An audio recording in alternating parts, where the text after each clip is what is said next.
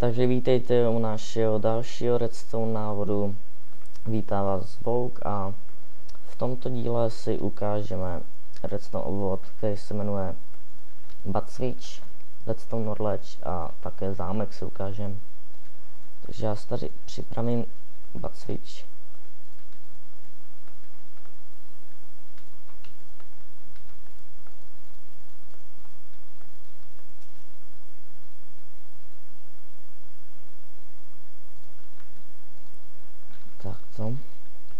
Tak, ukážeme si prostě jak pracuje tento redstone obvod. Tak pracuje na tom principu, že prostě když položíte blok k tomu pístu, třeba vedle toho, nad to, za to, vedle toho, pod to, tak prostě můžete vidět, že se to mění.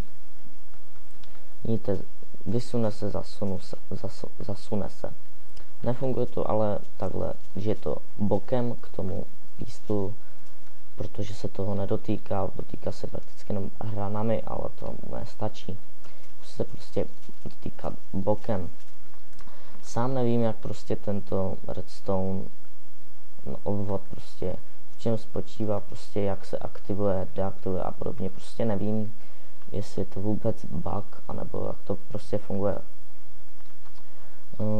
Tak, teď bych chtěl říct, že tento obvod se dost hodí k custom game mapkám, když třeba máte, já nevím, pec a dáte mu, ať tam vypálí, já nevím, třeba stone, aby si udělal čudlík, tak když něco začne pálit v peci, tak se otevře.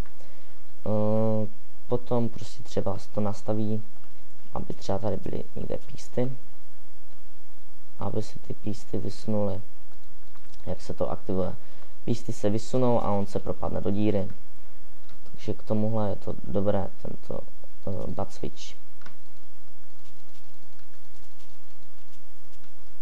Tak, to by snad bylo vše k tomuhle Bat Switchi. Reaguje na to všechny změny bloků, jenom která změna bloku na to nereaguje je čestka nebo i truhla, když ji otevřete, ona se to neaktivuje. Funguje na to i noteblock, použijete tak, si vezmu třeba nějaký tento, tak, vidíte, aktivovalo se to, jak jsem to tam dal. Teď to nechám vysnout tak. Máme to. Tak tohle by bylo asi vše k tomuto Bat Switchi. Teď si ukážeme redstone knowledge, si dáme jenom den. Takto. Redstone knowledge je to takhle naproti sobě, jeden blok naproti sobě je to. A funguje to tak, že tlačítko napojíte na to a vždycky jak funguje tlačítko, že zmáčknete a ono se to aktivuje a hned se to deaktivuje. Tak u toho tlačítka se to aktivuje a deaktivuje se to až prostě kdyby chcete. Takže navedeme si to takhle.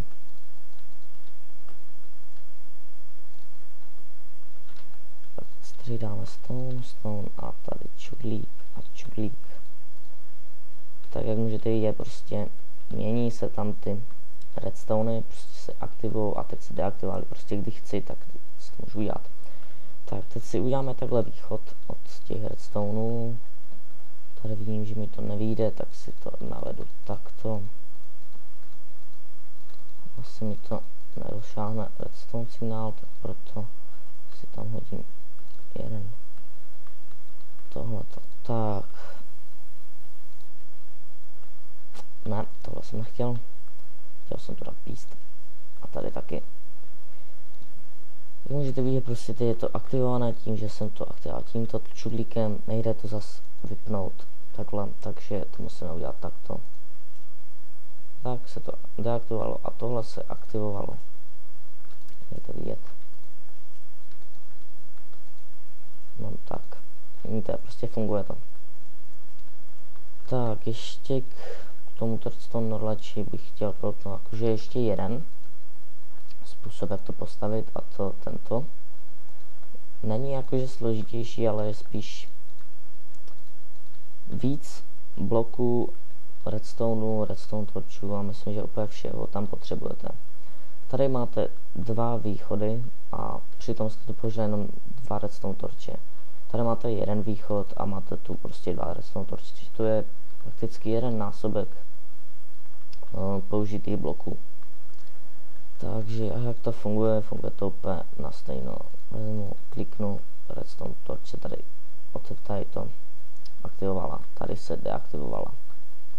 Funguje to tak, že přes tenhle blok prochází redstone prostě přechází tady, přes tenhle blok to přechází ten redstone, přes tenhle blok napájí tento redstone, ten redstone se vypne a když je zaplý, tak napájí tento redstone tohleto a tím pádem ruší negaci u tohohle.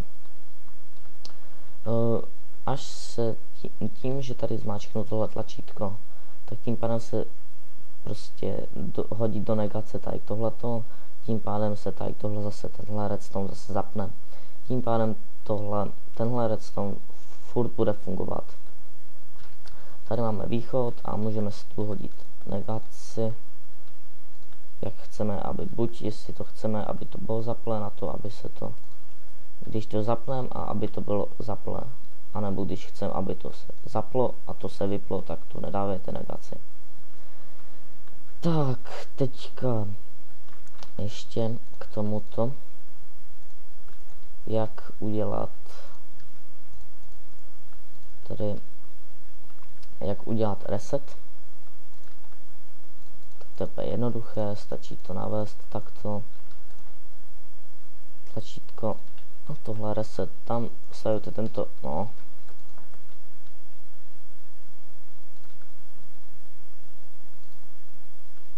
Sledujte tento torč a uvidíte, že jak zmáčknu tohle, tak on se přepne. Vidíte, přepl se a zas je vyplý. Kliknu a teď je zaplý. Kliknu, vyplý. Jak můžete vidět, tak tohle je zdelšená verze tohohle redstone orleče. Vždycky je tohleto lepší, protože to podle mě zabírá méně místa na šířku, ale zas na výšku to zabírá místo. Tohle zase méně místa na výšku, ale zase víc na šířku. Takže nevím, no, podle toho, jak to budete potřebovat. Tak, zase mě někdo píše na Skypeu, co já, to je úplně jedno. Tak, teď si ukážeme zámek. Tento redstone orleč funguje i v tomto zámku. Tak, já si vezmu plate, které dám op blok vedle sebe, takhle op blok. A u těch pressure plateů, u kterých chci, aby byl jako funkční kód, tak dám redstone. Teď ty pressure platey takhle spojíme. Takto, ano. Dáme vývod, tady si nedáme negaci, nebo jo, nedáme negaci, dáme si tu redstone, teda píst, takhle. Můžete vidět prostě teď jak kdyby zamkle. Máme tomu, že tady je nějaký průchod. Takto.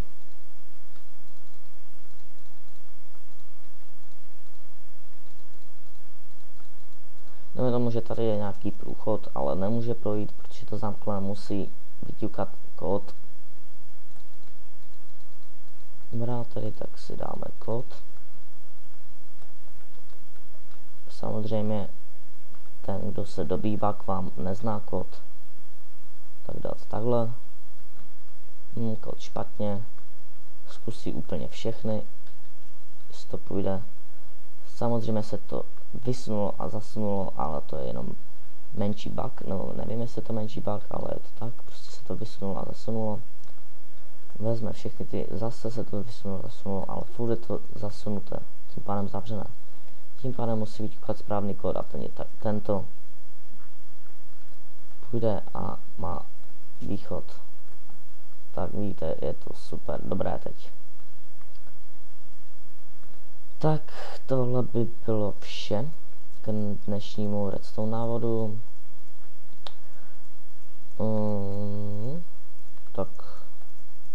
nazdar a těším se na vás u dalšího videa. A dejte like, odběr, koment a když tak mi pište na Skype nebo na e-mail, který bude v popisku videa. A zdar teda no.